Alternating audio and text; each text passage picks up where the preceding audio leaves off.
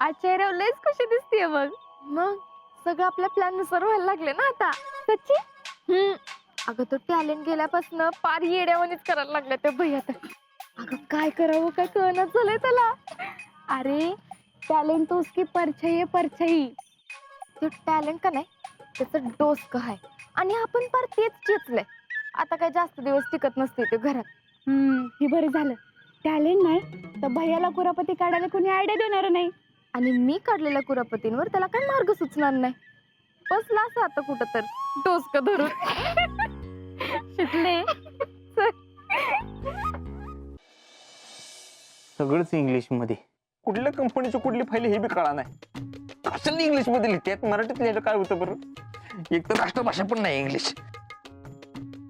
काय लिहिलंय.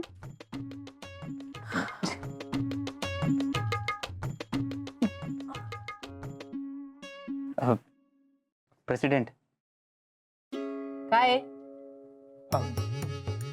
एक हेल्प पाहिजे होती तुमची. हे बघा, इथं माझंच मला काय सुधारणं झालंय. अजून तुमचं काहीतरी वरनं काम सांगू नका. हो नाही, लय मोठं काय काम नाही. तुमचं तुम्ही बघा. तुमच्या आणि कामाचा लोड माझ्यावर देऊ नका. आधीच दिवसभर काम करून करून वैतागली मी. अहो वाचायचं होतं फक्त. हे इंग्लिश आहे ना आणि टॅलेंट पण नाही तर. कोणी सांगितलं होतं मग त्याला हाकलून द्यायला? मी सांगितलं होतं.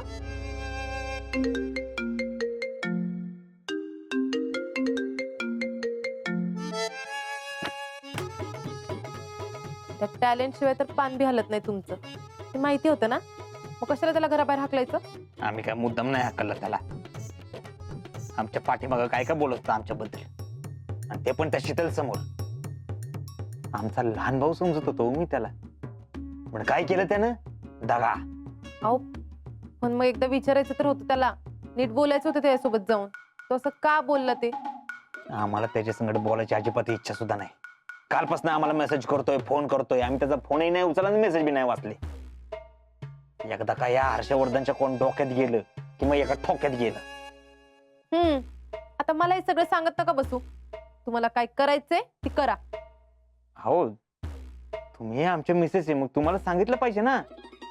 तर आत्ता आठवली का मेसेज? हे बघा, आपलं लग्न म्हणजे त्या शीतलला त्रास देण्यासाठी केलेली एक डील आहे. उगाच लाडात यायचं काम नाही. आणि काय हो मिस्टर म्हणून तुम्ही लय काय काय केलं ना माझ्यासाठी. आईला इथलं घरातल्यालाच कौतुक नाही, तिथं गावातली कामं करून काय होणार आहे. झोपतो आपला. अय काय कुठं काय ठरलं होतं आपलं? एक दिवस मी बेडवर झोपणार आणि एक दिवस तुम्ही. आणि आज तुमचा जमिनीवर झोपायचा नंबर, त्यामुळे गप खाली झोपा. विषय घेत होतो खाली झोपा. माहिती की आम्हाला खाली झोपा. झोपतो खाली.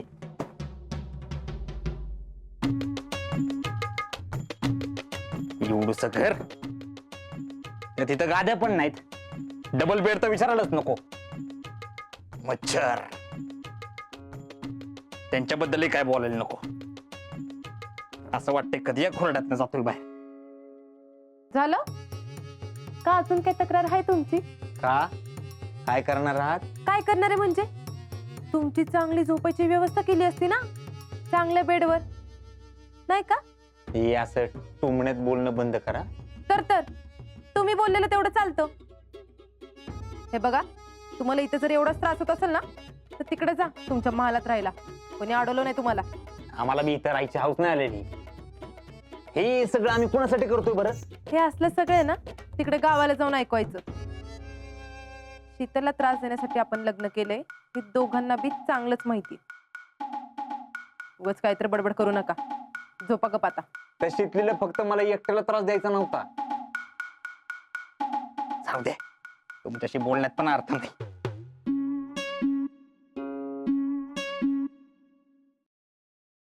ओ काय फोन आहे काय? झोपा गपचूप.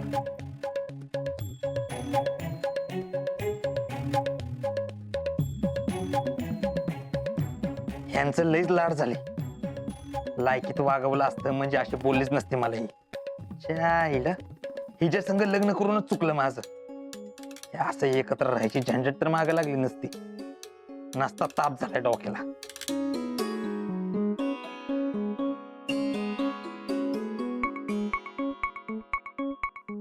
काय जगाच्या अजब रीते म्हणायची.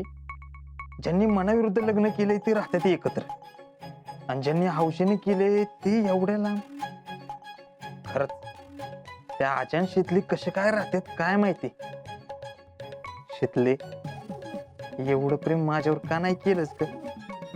लय सुखात ठेवली असती बघ तुला महालात.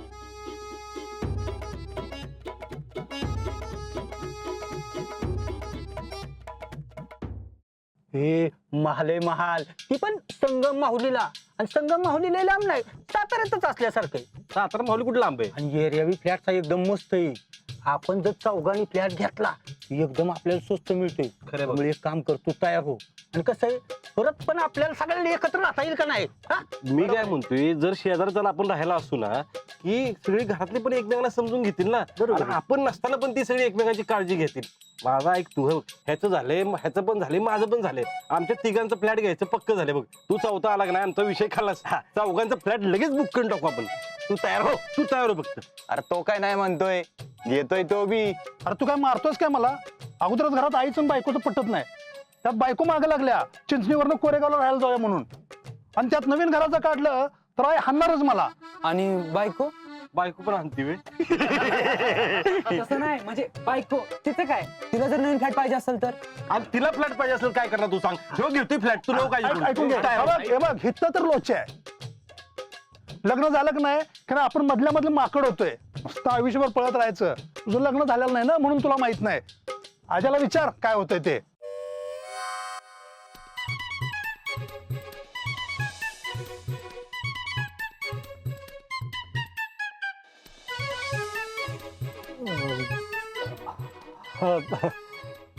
नाही नाही, तुमचं चालू द्या.